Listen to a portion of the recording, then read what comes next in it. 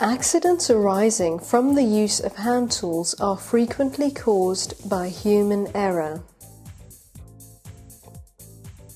Inferior materials can easily produce mushroom heads on cold chisels and fragmentation of hammers, axes, and hacksaws.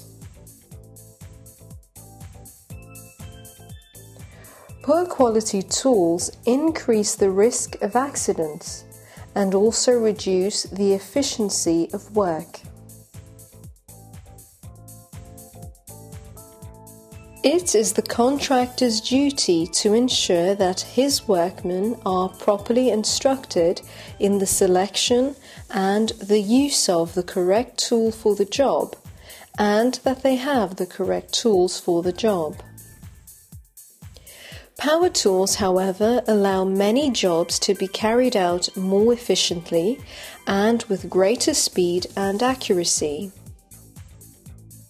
The correct use of power tools can only be achieved by proper training of workmen, by proper maintenance, and by adequate site supervision. Many accidents have occurred because unskilled and untrained labour has been allowed to operate portable power tools in an incorrect manner.